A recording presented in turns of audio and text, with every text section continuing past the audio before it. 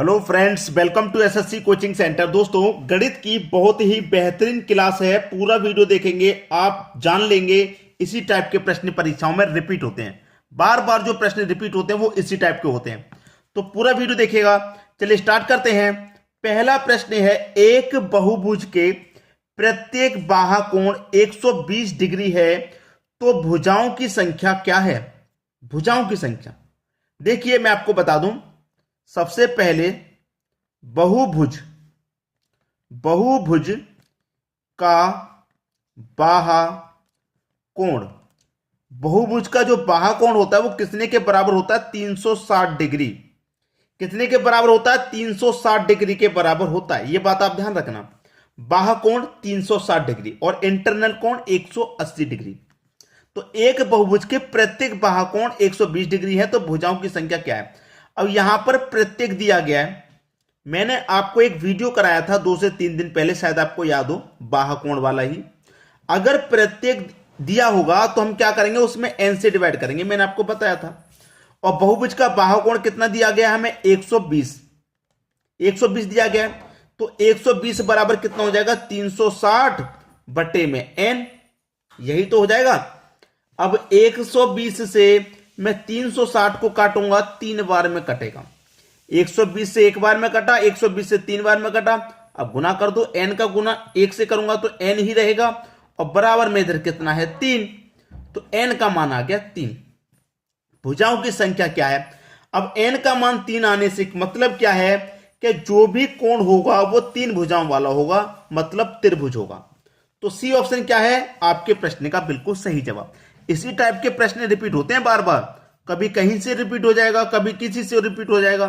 तो इन प्रश्नों पर ही तो आपको अपना ध्यान रखना है। अब देखेंगे अगला प्रश्न।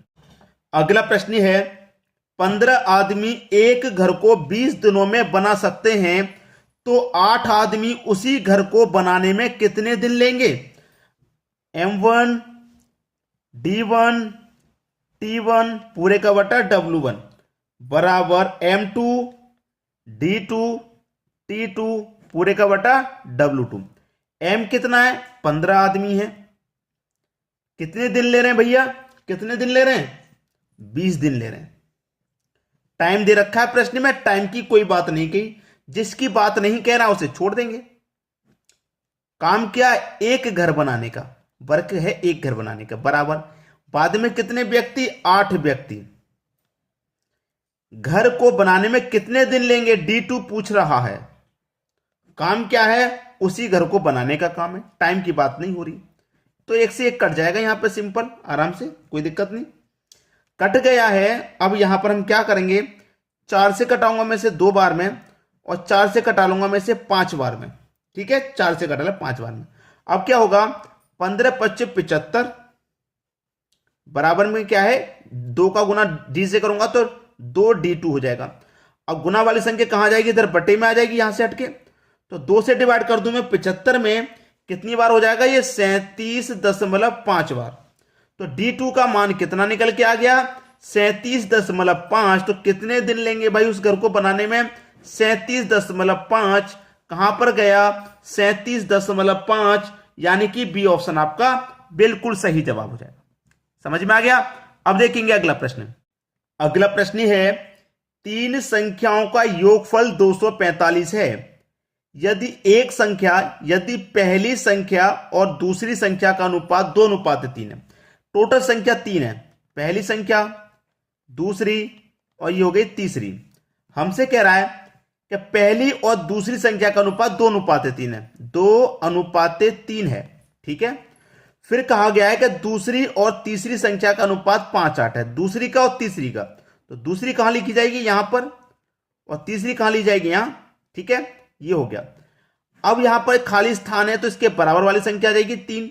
ये खाली स्थान है, इसके बराबर वाली आ जाएगी 5। आप बोलेंगे कि बराबर में तो 2 भी था, 5 क्यों लिया? हम इस तरीके से लेते हैं, ये सही तरीका होता है। लंबवत वाला लेंगे तो गलत तरीका। ठीक है। 2 पच्चे 10, 3 पच्चे 15, 3 अट्ठे 24। अब हमारे पास योग दे रखा है 245 का। जब योग दे रखा है तो अनुपातों का भी योग कर लेंगे। 10 और 15 25, 25 में जोड़ दूंगा 24, ये हो जाएगा 49। ठीक है, 49 हो गया। अब 49 से कटाऊं 245, कितनी बार में कटेगा? 5 बार में। ठीक है, 5 बार में कटेगा। मुझसे क्या पूछा गया है? मुझसे पूछ रहा है कि दूसरी संख्या ज्ञात करो। तो दूसरी संख्या क्या है मेरी? 15। तो 5 का गुना 15 से कर दूं, 15 5 75 हो जाएगा। तो दूसरी संख्या मेरी 75 है, यानी कि बी ऑप्शन प्रश्न का बिल्कुल सही जवाब। समझ में आ गया? अब देखेंगे अगला प्रश्न। अगला प्रश्न है, यदि एक संख्या का 60%, कोई एक संख्या है, नहीं पता क्या है, उस संख्या को मैं एक्स मान लूं। संख्या का मतलब गुना 60%, 60 लिखेंगे, प्रतिशत का मतलब बटे में 100, दूसरी संख्या के 2/3 के बराबर है। दूसरी संख्या, एक संख्या थी मैंने एक्स मान लिया, दूसरी संख्या में वाई मान लेता हूं। दूसरी संख्या के 2/3 के बराबर है। 2/3 का मतलब 2/3 के क्या है? बराबर है, तो मैं बराबर ले लूंगा। तो संख्याओं का अनुपात ज्ञात कीजिए। तो एक्स और वाई का अनुपात हमें यहां पूछ रहा है। 20 से कटा दूं 3 बार में, और 20 से कटा दूं मैं 5 बार में। ठीक है, ये हो जाएगा मेरे पास x गुने 3/5 बराबर में y गुने 2/3, यही तो हो जाएगा। ठीक है, अब मेरे पास यहां x है, मैं y को बराबर के इधर लाऊंगा तो x के बटे में y आ जाएगा बराबर। इधर क्या बचा?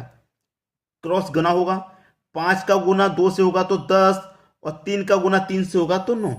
तो यहां पर कितना आ गया? 10 बटे में आ गया 9। तो इसका मतलब x का मान 10 हो गया, y का मान 9। तो अनुपात पूछ रहा है, x और y का अनुपात पूछ रहा है, तो x का मान 10 है और y का मान 9 है। तो 10:9 हमारे प्रश्न का सही जवाब। 10:9 पहला ही ऑप्शन सही हो जाएगा यहां पे। क्लियर सभी को? अब देखेंगे अगला प्रश्न। अगला प्रश्न है, अमित एक बस 15% की हानि पर 23:800 रुपए में बेचता है। 23:800 का मतलब क्या है? वो 23,800 रुपए में बेच रहा है। अब देखिए, जो भी बस की कीमत होगी वो अपने आप में 100% होगी, 100%। अब 100% की चीज को वो क्या कर रहा है? 15% की हानि पर बेच रहा है। भाई 15% की हानि पर बेच रहा है, तो इसका मतलब वो कितने में बेच रहा है? 85% में। परसेंट में बेच रहा है 85 में, और रुपए में बेच रहा है वो 23,800 में। तो 100% का मान कैसे निकालेंगे? 23,800 में 85 से डिवाइड दे देंगे, और 100% का मान निकालने के लिए 100 से गुना कर देंगे। ये हो गया मेरा क्रय मूल्य, 100% का मान। फिर उसने कहा है कि 15% का लाभ पाने के लिए बस को किस कीमत पर बेचना चाहिए। तो इस 100% के मान को मैं क्या करूंगा? 15% का लाभ पाना है तो 115 में बेचूंगा, तो बेच दूं मैं यहीं को 115 में। प्रतिशत का मतलब बटे में 100, 100 से 100 कटेगा, 17 25 85, 17 से कटाऊंगा, 17 एकम 17, 6 बचेगा 68, 17 चौका 68 और 2 जीरो। ठीक है, अब 5 से कटा दूंगा मैं 115 को, तो ये 23 बार में कटेगा।